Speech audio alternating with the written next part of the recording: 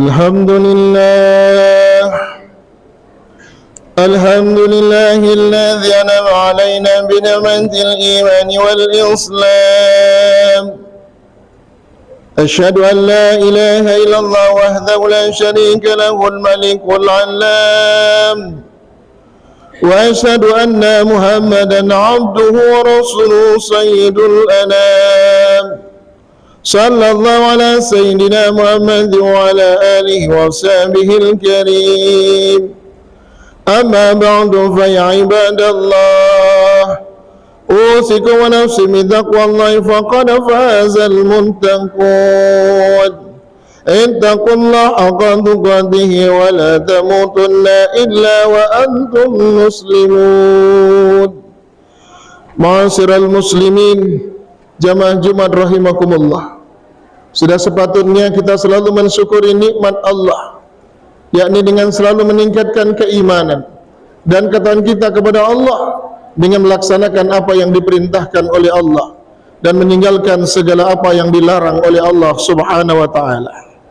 Kaum muslimin yang berbahagia, alhamdulillah, saat ini kita berada di hari Jumat pertama pada bulan Syawal, di mana sudah merupakan satu tradisi bahwa pada bulan Syawal ini kita khususnya masyarakat Islam Indonesia mengenal istilah halal bihalal.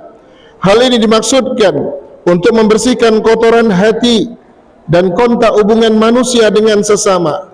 Menurut sebagian ulama, kata al-insan terambil dari kata uns yang berarti senang atau harmonis, sehingga dapat dipahami bahwa pada dasarnya manusia selalu merasa senang dan memiliki potensi untuk menjalin hubungan harmonis antara sesamanya.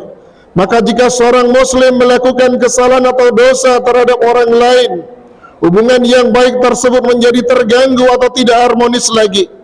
Namun manusia akan kembali kepada posisi semula, senang lagi harmonis jika dia menyadari dari kesalahannya dan berusaha mendekatkan kepada siapa yang pernah ia lukai. Orang yang baik bukanlah orang yang tidak pernah salah, dan Islam tidak mengenal dosa turunan. Dalam Al-Quran, kata halal terulang sebanyak 6 kali, 2 diantaranya dalam bentuk kecaman. Sebagaimana firman Allah, A'udzu billahi minasyaitonir rajim. Qul ara'aytum ma anzalallahu lakum min rizqin faj'altum minhu haraman wa halalan. Qul Allah adzina lakum am 'ala Allahi taftarun. Katakanlah, terangkanlah kepadaku tentang rezeki yang diturunkan Allah kepadamu, lalu kamu jadikan sebagiannya haram, sebagiannya halal. Apakah Allah telah memberikan izin kepadamu? Apakah kamu mengada-adakan saja terhadap Allah? Surah Yunus ayat 59. Yang kedua, firman Allah, A'udzu billahi minasyaitonir rajim. Wa la takunu lima tasiful alsinatukum kadhiba hadan halalun wa hadha haramun litafarraqu 'ala Allahil kadhib. Janganlah kamu mengatakan terhadap apa yang disebut-sebut oleh lidahmu secara dusta. Ini halal, ini haram, untuk mengada-adakan kebohongan terhadap Allah. Surah Al-Anhar ayat 116.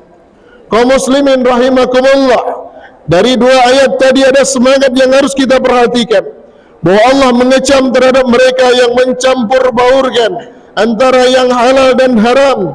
Jika mencampur baurkan saja dikecam dan diancam dengan siksaan, lebih-lebih lagi orang yang seluruh aktivitasnya siang dan malam melakukan perbuatan yang haram.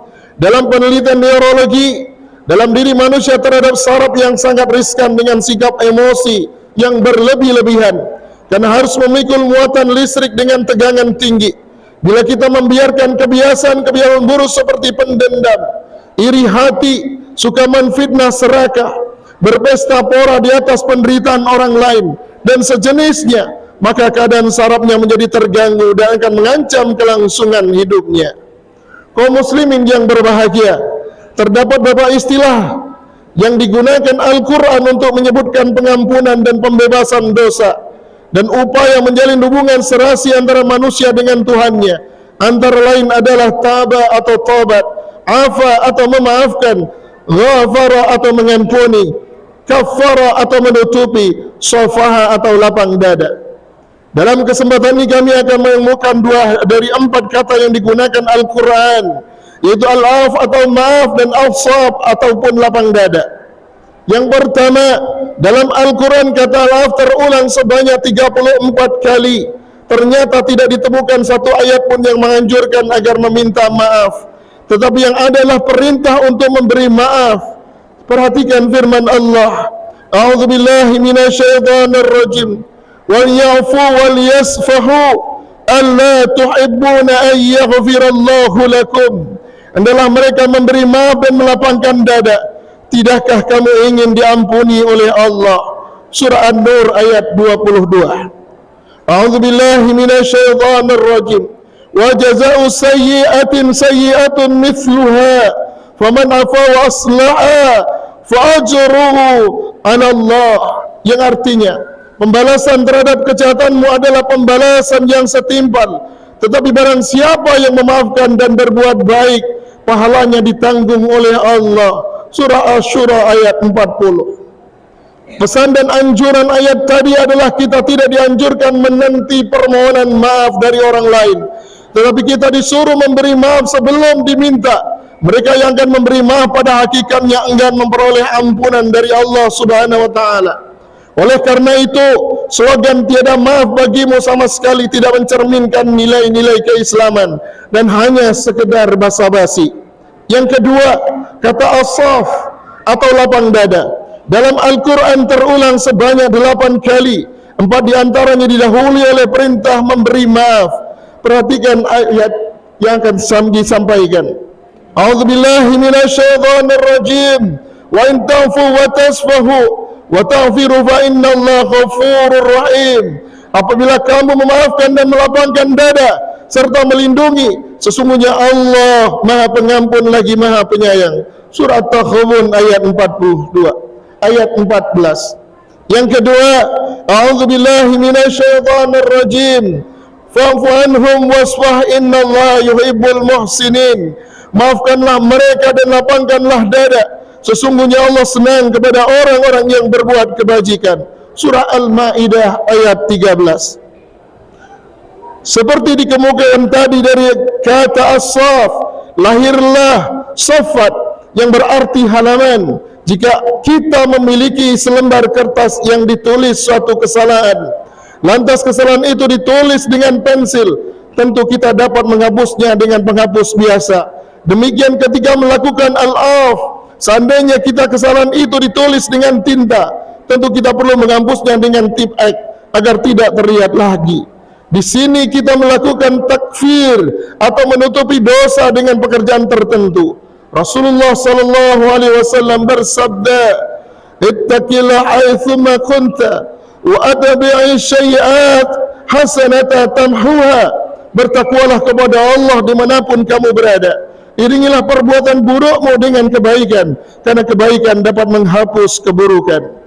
Kaum muslimin yang berbahagia, betapapun kita menghapus bekas kesalahan, namun pasti lembaran tersebut tidak sama sepenuhnya dengan lembaran baru. Malah barangkali lembaran kertas tersebut menjadi kusam.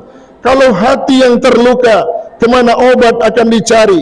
Oleh karena itu asaf menuntut seseorang untuk membuka lembaran baru, sehingga sedikit pun hubungan tersebut tidak ternodai dan tidak kusut. Asaf hanya akan keluar dari hati yang bersih, karena tidak semua orang memiliki hati yang bersih. Menurut filosofi, hati itu bagaikan cermin. Jika hati itu bening lagi bersih, maka ia senantiasa memancarkan pribadi dan tingkah lakunya. Demikian sebaliknya, lamba asaf adalah musafahah, yaitu berjabat tangan sebagai lambang kesian seorang untuk membuka lembaran baru dan tidak mengingat atau menggunakan lagi lembaran lama.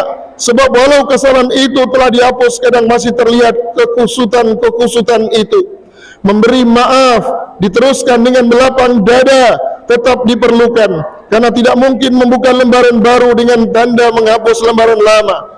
Oleh orang bijak pernah berkata, janganlah kita cari seberapa besar kesalahan orang lain kepada kita, kami tanyakan kepada diri kita seberapa besar kesediaan kita untuk memaafkan kesalahan orang lain.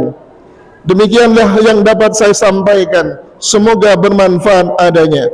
Barakallahu wa lakum fil Qur'anil azim wa nafa'ani wa iyyakum bima fi minal ayati wa dzikril hakim wa taqabbala minni wa minkum tilawatahu innahu was-sami'ul 'alim. أقول قولي هذا وأستغفر الله الذي ولكم ولسائر المسلمين والمسلمات والمؤمنين والمؤمنات واستغفروه إنه هو الغفور الرحيم.